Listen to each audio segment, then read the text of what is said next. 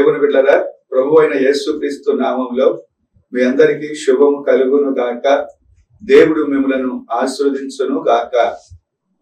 ఈ సమయంలో 3 విషయాలు నేను చెప్తాను. దేవునిగా మొదటి మాట ఏంటంటే, దేవుడు ఆదియందు భూమిని ఆకాశమును దానిలోని సమస్తమును దేవుడు సృష్టించాడు. ఇది మొదటి మాట. రెండవ మాట ఏంటంటే, దేవుడు మొదటిలో 2వ అధ్యాయంలో ఆదికాండము 2వ అధ్యాయంలో మానవ సృష్టిని దేవుడు తన పోలిక చొప్పున తన రూపంలో దేవుడు మొదటి ఆదామును అవ్వను ఆయన సృష్టించాడు, లేకపోతే తన పోలిక చొప్పున ఆయన చేసుకున్నాడు. మానవ యుగం ప్రారంభించబడింది. ఇది 2వ మాట. దేవుడిరా 3వ మాట ఏంటంటే, ప్రాముఖ్యమైన మాట మన యొక్క జీవితాల్లో అదే ప్రకటన గ్రంథము 21వ అధ్యాయము 22వ అధ్యాయంలో మనం చూసినట్లయితే, మొదటి ఆదికాండం 1వ అధ్యాయంలో దేవుడు ఆకాశమును భూమిని దానిలోని సమస్తమును దేవుడు సృష్టించినట్లుగా, మరి ప్రకటన గ్రంథము చివరి పుస్తకంలో 21వ అధ్యాయంలో దేవుడు మరొక నూతన ఆకాశాన్ని నూతన భూమిని దేవుడు సృష్టించాడు. 21వ అధ్యాయంలో అంతట నేను క్రొత్త ఆకాశమును క్రొత్త భూమిని చూచితిని, మొదటి ఆకాశమును మొదటి భూమియు గతించిపోయెను, సముద్రమును ఇకను లేదు. మరియు నేను నూతనమైన యెరూషలేమును ఆ పరిశుద్ధ పట్టణము తన భర్త కొరకు అలంకరింపబడిన పెండ్లి కుమార్తె వలె సిద్ధపడి పరలోకమందున్న దేవుని యొద్ద నుండి దిగి వచ్చుట చూచితిని. దేవునిగా మొదటి ఆదికాండంలో 1వ అధ్యాయంలో ఉన్నట్లుగానే, అలాగే ప్రకటన గ్రంథంలో మరి 21వ అధ్యాయంలో దేవుడు నూతన ఆకాశాన్ని నూతన భూమిని ఆయన సృష్టించాడు. దానిలోని సమస్తమును సృష్టించినట్లుగా మనం చూస్తాము. ఆదికాండం 1వ అధ్యాయంలో ఉన్నదే మరి ప్రకటన గ్రంథం చివరిలో నూతన ఆకాశాన్ని నూతన భూమి దేవుడు దానిలోని సమస్తమును దేవుడు సృష్టించాడు. పాత ఆకాశము పాత భూమి గతించిపోయినాయి.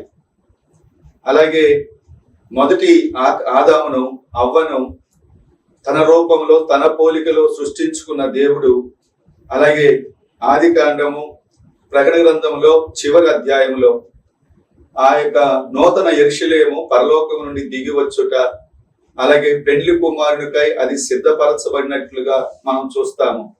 అంటే కడవరి ఆదాము అవ్వ.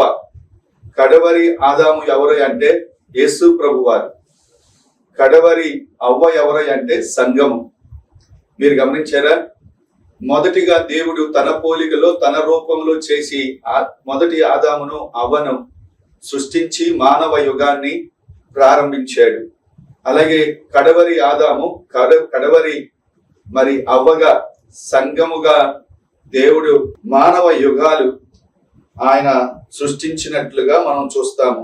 చూడండి, 22వ అధ్యాయము 5వ వచనము, రాత్రి ఇక ఎన్నడూ ఉండదు, దీపకాంతి అయినను ఆ యొక్క సూర్యకాంతి అయినను వారికి అక్కరలేదు, ప్రభువే దేవుడైన ప్రభువే వారి మీద ప్రకాశించును, వారు యుగయుగములు రాజ్యము చేయుదురు. మనమట రేపు రాజ్యము చేస్తామట. యుగాలు ప్రారంభమవుతాయి.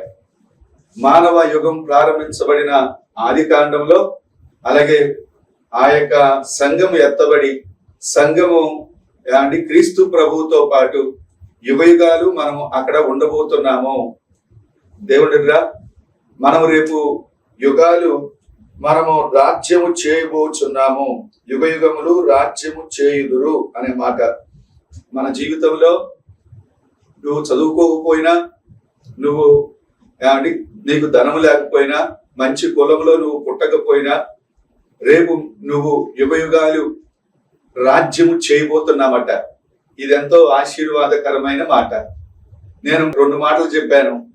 దేవుడిరా, పాత భూమికి అలాగే క్రొత్త భూమికి తేడా ఏంటి అంటే, పాత భూమిలో సముద్రం ఉంది.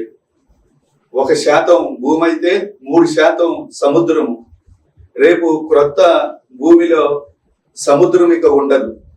మీరు గమనించారా దేవుడిరా? సముద్రము, యేసు ప్రభు ఈ భూమి మీద ఉండగా సముద్రం మీద నడిచాడు. సముద్రాన్ని 2 పాయలుగా చీల్చాడు. సముద్రం మీద ఇక మకరము తెగ నరకబడును గాక అన్నాడు. అలాగే సేనా దయ్యములు పట్టినటువంటి మరి ఆ యొక్క వ్యక్తి అండి ఆ దయ్యాల్ని పందుల్లోకి పంపించమంటే ఆ పందులు వెళ్ళి ఆ యొక్క సముద్రంలో మునిగి చనిపోయినాయి. అంటే చివరికి ఏంటంటే సముద్రము దేనికి గుర్తయ్య అంటే సాతాను శక్తులు నివసించే స్థలము. సాతాను నివసించేది ఎక్కడయ్యా అంటే సముద్రం మీద సాతానుడు నివసిస్తాడు అని. అయితే పాత భూమిలో సముద్రం ఉంది. రేపు క్రొత్త భూమిగా, క్రొత్త ఆకాశము, క్రొత్త భూమిలో సముద్రం ఇక ఉండదు. అంటే సాతానుడు ఉండడు అనే మాట. అయితే క్రొత్త పాత ఆకాశం ఉంది. ఆకాశంలో సూర్యుడు ఉన్నాడు. అయితే క్రొత్త ఆకాశంలో సూర్యుడు ఉండడు. మనమే సూర్యకాంతిలాగా మనము ప్రకాశించబోతున్నాము. ఇది ఎంత గొప్ప అద్భుతమైన విషయం. యుగయుగములు మనం రాజ్యము చేయబోతున్నాము. దేవుడిరా, ఇది 2 విషయాలు నేను చెప్పాను. పాత ఆదాము, మరొకసారి 2 మాటలు చెప్తాను. దేవుడిరా, ఆదికాండము 1వ అధ్యాయము లో దేవుడు భూమిని, ఆకాశమును, దానిలోని సమస్తమును దేవుడు సృష్టించాడు. అయితే రెండవ ఆ యొక్క నూతన ఆకాశము, ప్రకటన గ్రంథము 21వ అధ్యాయంలో ఈ యొక్క పాత ఆకాశము, పాత భూమి గతించబడబోతున్నాయి. దేవుడు నూతన భూమిని, నూతన ఆకాశాన్ని దేవుడు సృష్టించబోతున్నాడు. పాత ఆదాము, పాత అవ్వ ఉండరు. క్రీస్తు ప్రభు అలాగే సంఘము సంఘముగా మనం ఉండబోతున్నాము. ఇది కడవరి ఆదాము, కడవరి అవ్వ. మనము యుగయుగాలు మనము మీరు గమనించారా? పాత ఆదాముకి జన్మ లేదు, అంటే పుట్టుక లేదు. అయితే క్రొత్త ఆదాము అవ్వలకి వృద్ధాప్యము లేదు, అంటే చావు లేదు అని. పాత ఆదాముకి ఎలాగైతే జన్మ అనేది లేదో మధ్యలో సృష్టించబడ్డారు, అలాగే క్రొత్త ఆదాము అవ్వలకి వృద్ధాప్యము లేదు. మనం ఎప్పుడు కూడా నిత్య యవనము వలె ఎల్లప్పుడూ మనము చనిపోకుండా యుగయుగాలు మనం ఉండబోతున్నాము అని, దాని కొరకై మనం సిద్ధపడాలి. ఇది ఆదికాండము 1వ అధ్యాయము 2 అధ్యాయాలు, అలాగే ప్రకటన గ్రంథము 21వ అధ్యాయము 22 అధ్యాయాలు నేను చెప్పాను. ఆ మధ్యలో ఉన్నది బైబిల్. మీరు గమనించారా?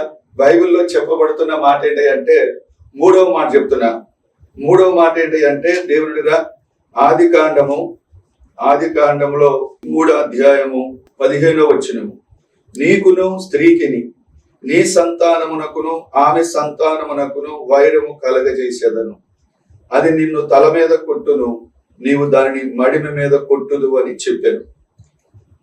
ఇక్కడ దేవుడు 2 యుద్ధాలని మనం చూస్తున్నాము. మనము 2 యుద్ధాలు మనం ఎదుర్కోబోతున్నాము. ఒకటి స్త్రీ సంతానానికి, అలాగే సర్ప సంతానానికి. స్త్రీ సంతానానికి, సర్పానికి అలాగే స్త్రీకి వైరము. ఈ 2 యుద్ధాలు మనం చూస్తున్నాము. దేవుని మనము మారు మనసు పొందాలి, బాప్తిసం తీసుకోవాలి, పరిశుద్ధాత్మతో మీరు అభిషేకించబడాలి. అలాగే మూర్ఖులకు ఈ తరము వారికి వేరై రక్షించబడాలి. అలాగే పరిపూర్ణతలోనికి మీరు నడిపించబడాలి. సంఘము క్రీస్తు పోలికలోనికి మనం మార్చబడాలి. మనము యుద్ధ భూమిలో ఉన్నాము. మీరు ఎప్పుడైనా దేవుని బిడ్డలకు, సాతాను బిడ్డలకు, సాతాను సంతానానికి మీరు గమనించగా 2 యుద్ధాలు జరగబోతూ ఉన్నాయి. 19వ అధ్యాయము 20వ అధ్యాయాల్లో మనం అవి చూస్తూ ఉంటాము. అయితే దేవునిగా ప్రాముఖ్యమైనది ఏంటి అంటే ఆ యొక్క మరియు నీకును స్త్రీకిని, నీ సంతానమునకును ఆమె సంతానమునకును వైరము కలగజేసేదను. అది నిన్ను తల మీద కొట్టును, నీవు దాని మడిమి మీద కొట్టుదు అని చెప్పాను. ఆదిలో ఆదాము అవ్వల్ని సర్పము మోసగించినందుకు దేవుడు వారిని శిక్ష విధించాడు. సర్పానికి శిక్ష విధించాడు, ఆదాముకి శిక్ష విధించాడు, అలాగే అవ్వకు కూడా శిక్ష కలగజేశాడు. అయితే దేవుడిరా వైరం అనేది దేవుడు పెట్టాడు అని మన యొక్క జీవితాల్లో మనం ఒక యుద్ధ భూమిలో ఉన్నాము. మారు మనసు పొంది బాప్తీసం తీసుకున్న తర్వాత, పరిశుద్ధాత్మతో నింపబడిన తర్వాత మనము యుద్ధం చేయాలి. మనం లోకాన్ని జయించాలి, అలాగే సాతాను జయించాలి, శరీరాన్ని జయించాలి. మీరు గమనించారా? యేసు ప్రభు మన పాప శరీరాకారంలో ఈ భూమి మీద ఉండగా ఆయన ఏనాడు ఓడిపోలేదు.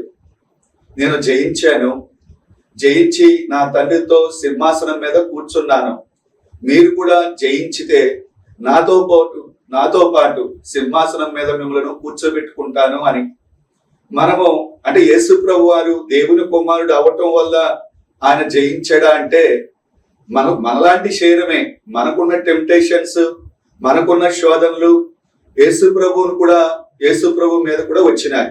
శరీరాశ, నేత్రాశ, జీవడమ్మం ఆయన ఆ వాటిని జయించాడు. మీరు గమనించారా? జయించాడు కాబట్టి ఆ తండ్రి సింహాసనం మీద కూర్చున్నాడు, తండ్రితో పాటు సింహాసనం మీద కూర్చున్నాడు. మీరు కూడా జయించాలి. మీరు ఆది కాండం నుంచి విశ్వాస వీరుల జాబితా చూసినట్లయితే ఆ యొక్క హేబేలు, మీరు గమనించారా, కయ్యూను ఓడిపోయాడు. దేవుని వెళ్ళరా, మనము అనేక మంది ఓడిపోయిన వారిగా యూదా ఇస్కరియోతు ఓడిపోయాడు. మన యొక్క జీవితాల్లో అనేక మంది ఓడిపోయిన ఆకాను, గెహజీ,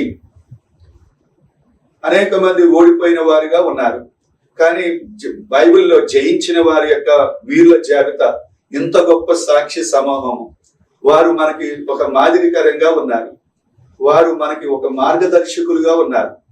మేము జయించాము. హానోకు జయించాడు, నోవాహు జయించాడు, అబ్రహాము జయించాడు, దేవుడిగా ఇస్సాకు జయించాడు, అలాగే యాకోబు జయించాడు. మనము యెహోషువ, మోషే, మనము ఆ యొక్క గిద్యోను, ఆ యొక్క సంసోను, వీళ్ళందరూ మీరు గమనించారా, దానియేలు, యోసేపు, మనము అనేక మంది జయవంతముగా నడిపించబడ్డారు. క్రొత్త నిబంధనలో అపోస్తులందరూ జయవంతముగా వారు నడిపించబడ్డారు. ఇంత గొప్ప సాక్షి సమూహము మన ఎదుట ఒక మేఘం వలె మన ఎదుట ఉన్నారు. దేవుడు జయశీలుడు. నీకు కూడా జయించడానికి దేవుడు తగిన శక్తిని దేవుడు నీకు ఇస్తాడు. ఎప్పుడైతే వాక్యాన్ని చదువుతూ, ధ్యానిస్తూ, ప్రార్థన చేస్తూ, దేవుని బిడ్డలతో నువ్వు సహవాసం చేస్తూ ఉంటావో నీవు తప్పకుండా జయిస్తావు. దేవుడిరా, మనము యుగయుగాలు ఉండబోతున్నాము. నూతన ఆకాశము, నూతన భూమిలో మనం ఉండబోతున్న దాని కొరకు మనము కనిపెట్టాలి. ఈ ప్రపంచం మాయమైపోబోతుంది. యుగాంతమందున్నాము, దేవుని రాకడ దినాల్లో ఉన్నాము. యేసు ప్రభు త్వరలోనే మధ్యాకాశానికి రాబోతున్నాడు అని వార్తలు వింటున్నాము. చాలా మంది ఐహిక విచారాల్లోనే చాలా మంది ఏమి తిందుమా, ఏమి త్రాగుదుమా, ఏమి ధరించుకుందామా అనే దానిలోనే నిమగ్నం అయిపోయారు. అన్యులు వీటన్నిటి విషయంలో విచారం కలిగి ఉంటారు. కానీ దేవుని బిడ్డలైన వారు ఆయన నీతిని, ఆయన రాజ్యాన్ని మొదట వెతకాలి. ఆయన రాజ్యాన్ని మొదట వెతికితే నీకు కావలసినవన్నీ కూడా దేవుడు, నీ వెంటే కావలసినవన్నీ కూడా దేవుడు నీకు ఇవ్వటం ప్రారంభిస్తాడు. దేవుడు ఎప్పుడు కూడా నిన్ను విడిచిపెట్టడు అనే మాట. మన దేవుడు గొప్పవాడండి. నీకు కావలసిన ప్రతిదీ ఇస్తాడండి. మొట్ట నువ్వు చేయాల్సిన పని ఆయన రాజ్యాన్ని వెతకాలి. మీరు గమనించారా? దేవుని రాజ్యము భోజనము పానము కాదు, నీతి, సమాధానము, పరిశుద్ధాత్మ యందలి ఆనందము. మీరు బ్రదర్, సిస్టర్, నువ్వు మారు మనసు పొందేవా? బాప్తీసం తీసుకున్నావా? పరిశుద్ధాత్మ అభిషేకాన్ని పొందుకున్నావా? మీరు గమనించారా? బాప్తీసము అసలు టర్నింగ్ పాయింట్ ఒక విశ్వాసికి. లేకపోతే బాప్తిసం అంటే దేవుడిగా క్రీస్తుతో కూడా చనిపోవటం, అలాగే క్రీస్తు యొక్క పునరుద్ధానంలో పాలు పంపులు పొందటం. బాప్తిసం అంటే క్రీస్తును ధరించుకోవటం. మీరు ఎప్పుడైనా నేను వస్త్రాలు ధరించటం ఎంతైతే వాస్తవమో క్రీస్తును కూడా ధరించుకోవటం అంతే వాస్తవం. నువ్వు కూడా పై వస్త్రాలు ఎలాగైతే నువ్వు ధరించావు అనటానికి ఎంతైతే వాస్తవమో అలాగే క్రీస్తును కూడా నువ్వు ధరించుకున్నావు అంటే నీ పైన యేసు ప్రభు ఉన్నాడు, నీ లోపల కూడా యేసయ్య ఉన్నాడు. బాప్తిసం పొందిన మీరందరూ క్రీస్తును ధరించుకుని ఉన్నారు. మీరు ఎప్పుడైనా ఈ మట్టి గట్టంలోట మహిమైశ్వర్యాన్ని దేవుడు దాచిపెట్టాడట. యేసు ప్రభు మనలోనికి రావటం వల్ల ఈ మట్టి ఘట్టము మహిమైశ్వర్యంగా మార్చబడింది. నువ్వు అసాధారణమైన వ్యక్తివి, సాధారణమైన వ్యక్తివి కాదు. మీరు గమనించారా? అయితే నువ్వు యుద్ధంలో గెలవాలి, ఈ పోరాటంలో గెలవాలి, గెలిచిన వాడే. మీరు గమనించారా? మన ముందు నడిచిన ఇంత గొప్ప సాక్షి సమూహం, ఎంతో మంది భక్తులు ఉన్నారు, వారు జయించే మనకు మాదిరికరంగా ఉన్నారు. కాబట్టి నువ్వు సిస్టర్, నువ్వు మారు మనసు పొంది మారు మనసు అంటే పాత జీవితం పూర్తిగా చనిపోవటం, అంటే పాత ప్రాచీన స్వభావం నీలో పాతి పెట్టబడింది. నువ్వు చనిపోయిన వ్యక్తివి. బలిపీఠం అనుభవం, బలిపీఠం యొక్క అనుభవం. మీరు గమనించారా? బలిపీఠం మీద మనము దేవుని కొరకు ఒక బలిగా అర్పించబడ్డాం.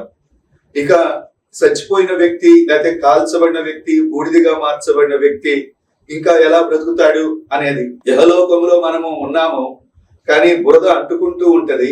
దాన్ని మళ్ళా కడుక్కుంటూ పవిత్రపరుచుకుంటూ మనము ముందుకు కొనసాగించాలి. కాబట్టి దేవుడిగా మనము యేసు ప్రభు ప్రకటన గ్రంథం 19వ అధ్యాయము ఆ యొక్క 7వ వచనము, గొర్రెపిల్ల వివాహోత్సవ సమయం వచ్చినది, ఆయన భార్య తను తాను సిద్ధపరుచుకుని ఉన్నది గనుక మనము సంతోషపడి ఉత్సహించి ఆయనను మహిమపరచుదమని చెప్పగా వింటిని. ఆమె ధరించుకున్నటకు ప్రకాశములను నిర్మలమునైన సన్నపు నార బట్టలు ఆమె కీయబడిను, అవి పరిశుద్ధుల నీతి క్రియలు. యేసు ప్రభు వారు ఆయన పునరుద్ధానై తిరిగి లేచి 40 దినాలు ఈ భూమి మీద ఆయన సంచరించాడు. అంటే నేను పునరుద్ధానై తిరిగి లేచాను అని. అలాగే ఒలివ పర్వతం మీద నుండి 500 మంది చూస్తూ ఉండగా ఆయన ఆరోహణమై ఆ విధంగా వెళ్ళి ఒక మేఘము చేత ఆయన పరలోకానికి ఆయన ఆరోహణము అయ్యాడు. ఏ విధముగా యేసు ప్రభు వెళ్ళాడో ఆ విధంగా యేసు ప్రభు ప్రత్యక్షం కాబోతున్నాడు. తల్లి, నువ్వు సిద్ధపడ్డావా? బ్రదర్, నువ్వు సిద్ధపడ్డావా? ఆ నిరీక్షణ, ఆ విశ్వాసం నువ్వు కలిగి ఉన్నావా? ఆ దేవుని యేళ్ళ ఉన్న ప్రేమను నువ్వు కలిగి ఉన్నావా? ఎందుకంటే ప్రభు రాబోతున్నాడు. ఆయన చెప్తాడు, చేస్తాడు. ఆయన మాట నెరవేర్చే దేవుడు. యేసు ప్రభు రాబోతున్నాడు. ఆయన రాకడ గడియల్లో ఉన్నాము. మొట్టమొదట రహస్య రాకడగా సంఘము మధ్యాకాశానికి ఎత్తబడుద్ది. 7 ఏండ్లు అక్కడ విందు జరుగుద్ది. అయితే దేవుని బిడ్డరా, సంఘం ఎత్తబడటానికి గొర్రెపిల్ల మహోత్సవంలో గొర్రెపిల్ల వివాహోత్సవ సమయం వచ్చినది. ఆయన భార్య తను తాను సిద్ధపరచుకుని ఉన్నది. మీరు గమనించారా? మనము ఆ రాకడలో మనం ఎత్తబడాలి అని అంటే ప్రకాశములను, మీరు గమనించారా? నిర్మలమును సన్నపు నార బట్టలు ఆమెకి ఇవ్వండి, అవి పరిశుద్ధుల నీతి క్రియలు. మీరు గమనించారా? పరిశుద్ధత, నీతి కలిగిన వ్యక్తులుగా మనం ఉండాలి. ప్రకాశవంతమైన జీవితం, ప్రకాశవంతమైన జీవితం. మీరు గమనించారు? అందరికీ తెలియపరచబడినట్లుగా నీ యొక్క ప్రవర్తన ఉండాలి. దేవుడిరా, సన్నపు నార, నిర్మలము. మీరు స్వచ్ఛమైన నీరు తేరుకుందనుకో నిర్మలముగా ఉంటది. అలాగే నిర్మలమునైన సన్నపు నార బట్టలు, మృదుత్వము, సాత్వికము, దీన మనస్సు, లేకపోతే పరిశుద్ధంగా నీతి క్రియలు కలిగిన వ్యక్తిగా ఉండాలి. చాలా మంది నేను పరిశుద్ధాత్మను పొందాను అని చెప్తున్నారు, కానీ పరిశుద్ధాత్మతో నింపబడ్డాను అనేది ఎంతైతే వాస్తవమో నీ జీవితంలో నీతి క్రియలు అంటే నీతి దేవుని యొక్క ఆజ్ఞలు అనుసరించే వ్యక్తిగా, దేవుని మాటకు సంపూర్ణంగా లోబడే వ్యక్తిగా నువ్వు ఉండాలి. అప్పుడు నువ్వు ఎత్తబడతావు. దేవుడి యొక్క ప్రధాన దూత వచ్చి ఆ యొక్క కడబోర శబ్దము వినబడగానే సంఘము భూమి మీద నుండి క్షణములో రెప్పపాటులో ఎత్తబడటానికి సిద్ధంగా ఉంది. దేవుడిగా అక్కడ ఏడేండ్లు అక్కడ పెండ్లి విందు జరగబోతూ ఉంది. భూమి మీద 3.5 సంవత్సరాలు ఏమండి శ్రమల కాలం, ఆ యొక్క 3.5 సంవత్సరాలు మహాశ్రమల కాలం రాబోతూ ఉంది. కాబట్టి మన యొక్క జీవితాల్లో ఈ సమయంలో మన యొక్క జీవితాల్లో 11వ వచనము, పరలోకము తెరవబడుట చూచితిని, తెల్లని గుర్రం ఒకటి కనబడెను, దాని మీద కూర్చుండి నమ్మకమైన వాడు, సత్యవంతుడను నామము కలిగిన వాడు, ఆయన నీతిని బట్టి విమర్శ చేయొచ్చు యుద్ధము జరిగించుచున్నాడు. ఆయన నేత్రములు అగ్ని జ్వాలల వంటివి, ఆయన శిరస్సు మీద కిరీటములు ఉండేను. 14వ వచనం మీరు గమనించారా? తర్వాత దేవుడు 7 ఏండ్లు అక్కడ విందు జరిగిన తర్వాత తన వేవేల పరిశుద్ధులతో తెల్లని గుర్రం ఒకటి అండి, అలాగే పరిశుద్ధులందరూ అండి ఆయన భూమి మీదకి రాబోతున్నారు అని చూడండి. 14వ వచనము 19 ప్రకటన గ్రంథం 19:14, పరలోకమందున్న సేనలు శుభ్రమైన తెల్లని నార బట్టలు ధరించుకొని తెల్లని గుర్రములెక్కి ఆయనను వెంబడించుచుండిరి. జనములను కొట్టుటకు ఆయన నోటి నుండి వాడిగల ఖడ్గము బయలు వెళచున్నది. ఆయన ఇనుప దండముతో వారిని ఏలును. ఆయనే సర్వాధికారి దేవుడు, తీక్షణమైన ఉగ్రతను మద్యపు తొట్టి త్రొక్కును. రాజులకు రాజును, ప్రభువులకు ప్రభు అను నామము ఆయన వస్త్రముల మీదను తొడ మీదను రాయబడి ఉన్నది. తెల్లని గుర్రం మీద ఆయన ఎక్కుతాడు. ఆయన వస్త్రము మీద తొడవ మీద ఈయన రాజులకు రాజు అని రాయబడటం మనం చూస్తున్నాం. అలాగే పరలోక సేన ప్రతి ఒక్కరూ తెల్లని గుర్రాలు ఎక్కుతూ దేవుని యొక్క పిల్లలుగా యేసు ప్రభువుతో పాటు సంఘం కూడా పరలోకం నుండి దిగి వచ్చుట యోహాను గారు చూస్తున్నాడు. దేవుడిరా ఆ యొక్క యేసు ప్రభు ఆ యొక్క 7 ఏండ్లు విందు అయిన తర్వాత ఆయన డైరెక్ట్ గా ఒలీవ పర్వతం మీద అడుగు పెట్టబోతున్నాడు. ఒలీవ పర్వతం 2గా చీలిపోబోతుంది. ఏ పర్వతం మీద నుండి అయితే యేసు ప్రభు ఆరోహణమై వెళ్ళాడో అదే పర్వతం మీద ఆయన కాలు పెట్టబడబోతున్నాడు. ఈ సమయంలోనైతే మన మధ్యలోనికి ఆయన గొర్రె పిల్లగా వచ్చాడు. అయితే 2వ రాకడగా వచ్చేటప్పుడు కొదమ సింహముగా ఆయన రాబోతున్నాడు. ఆయన తెల్లని గుర్రము మీద ఆయన కూర్చుంటాడు. ఆయన నేత్రాలు అపరంజని పోయిన ఏమండి ఆయన వస్త్రములు తొడల మీద ఏమండి ఆ రాజులకు రాజు, ప్రభువులకు ప్రభు నామము ఆయన వస్త్రం మీద తొడల మీద రాయబడినట్లుగా మనం చూస్తున్నాము. పరలోకమందున్న సేనలు శుభ్రమైన తెల్లని నారబట్టు ధరించుకుని తెల్లని గుర్రములెక్కి ఆయన వెంబడించుచుండిరి. దేవుడిగా రేపు రాబోతూ ఉన్నాడు. 2వ మాట చూసినట్లయితే 17వ వచనము దేవుడిగా 19వ వచనము, క్రూర మృగమును భూరాజులను వారి సేనలు కూడి ఉండగా చూచితిని. అప్పుడు అది ఇక్కడ దేవుడిగా మొదటి యుద్ధం హర్మిగిద్దోను యుద్ధము. ఆయన దిగి వచ్చిన తర్వాత హర్మిగిద్దోను యుద్ధము జరుగుద్ది. దేవుని పిల్లలకు అలాగే సర్ప సంతానానికి, స్త్రీ సంతానానికి అక్కడ యుద్ధము జరగబోతూ ఉంది. జరిగిన తర్వాత దేవుడు క్రూర మృగమును క్రూర మృగము అలాగే భూరాజులు వారి సేనగా ఉన్నారు.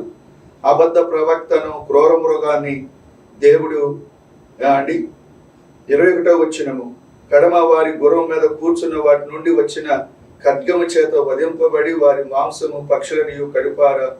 20వ అధ్యాయము 20వ అధ్యాయంలో ఆది సర్పము అనగా అపవాది సాతానును ఆ ఘటసర్పమును పట్టుకుని మీరు గమనించారా?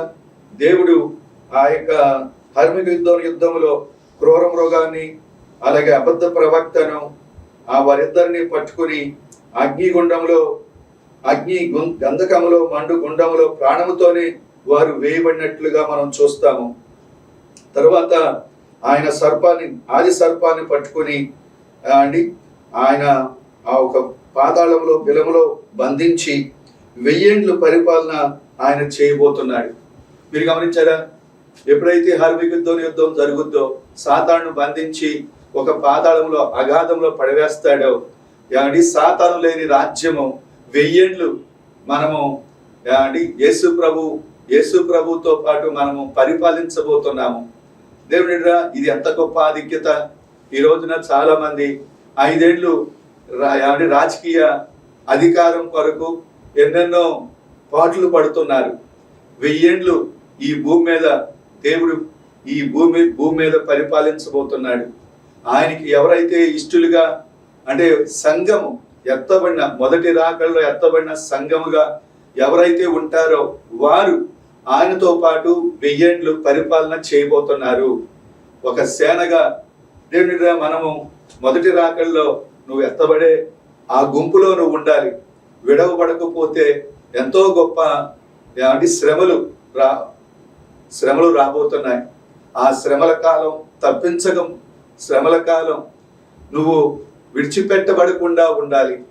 శ్రమ కాలాన్ని నువ్వు తప్పించుకొని యేసయ్య రాకల్లో నువ్వు ఎత్తబడాలి. అది ఏమంటే క్రైస్తవునికి ఉన్న నిరీక్షణ. ఆ నిరీక్షణ నువ్వు కలిగి ఉన్నావా బ్రదర్? మారు మనసు పొందావా? బాప్తిసం తీసుకున్నావా? 1000 ఏళ్ళు పరిపాలన త్వరలోనే యేసయ్య ఈ భూమి మీద ప్రారంభించబోతున్నాడు. ఆ యొక్క దాని కొరకై నువ్వు సిద్ధపడుతున్నావా అని కాదండి. నువ్వు ఏమండి చదవాలి, చదువుతూనే ఈ భక్తిని కాపాడుకోవాలి, ఉద్యోగం చేయాలి, వ్యాపారం చేయాలి, చేస్తూనే ఈ విశ్వాసాన్ని నువ్వు కలిగి ఉండాలి. ఏమండి ఎడతెగక దేవునితో నువ్వు సహవాసం చేయాలి. దేవుని అన్ని కలిగి ఉండి కూడా దేవుని బిడ్డలు దేవునితో సహవాసం కలిగిన వ్యక్తులుగా జయవంతముగా నడిపించబడుతున్నారు. దేవుని కొరకు బ్రతుకుతున్నారు, దేవుని కొరకు కొనసాగుతున్నారు. ఏదైనా నువ్వు రాకళ్ళు ఎత్తబడాలి. మా పాత ఆకాశము ఏమంటే గతించబడబోతూ ఉంది. నూతన ఆకాశము నూతన భూమి రాబోతూ ఉంది. నూతన ఆదాము ఏమంటే క్రొత్త ఏమంటే పాత ఆదాము పాత అవ్వ గతించబడబోతున్నారు. నూతన ఏమండి యేసు ప్రభు సంఘముగా మనము ఉండబోతున్నాము. ఏమండి మనము ఆ యొక్క పరలోక రాజ్యంలో ఆయన ఎదుట ఒక సూర్యుడిలాగా మనము ప్రకాశించబోతున్నాము. ఏమంటే సముద్రం ఉండదు, ఒక జీవనది ఆ స్థలంలో ప్రవహించబడబోతుంది. ఆ జీవనది ఏమండి ఆ యొక్క సింహాసనం నుండి ఒక జీవనది అక్కడ ప్రవహిస్తూ ఉంటది. జీవ వృక్ష ఫలాలు మనం తినబోతూ ఉన్నాము. ఒక గొప్ప అద్భుతమైన ఆనందకరమైన దేశంలో మనం యుగయుగాలు మనం ఉండబోతున్నాము. ఆ నిరీక్షణ, ఆ విశ్వాసం ప్రతి ఒక్కరూ కలిగి ఉండాలి. ఇది దేవుడు మనకి ఇవ్వబడిన ఒక గొప్ప అద్భుతమైనటువంటి ప్రపంచం. మనము ఆ యొక్క దేశంలో ఆ పరలోకంలో మనం కూడా పాలు పంపులు పొందాలి. దాని కొరకే ఈ సిద్ధపాటు. దేవుడు మిమ్మల్ని దీవించును గాక. తండ్రి ఎత్తబడిన వాక్యం వృధా కాకుండా ఫలభరితంగా ప్రతి ఒక్కరిని నీ రాకడ కొరకు సిద్ధపరచమని యేసు నామమున అడుగుచున్నాను తండ్రి.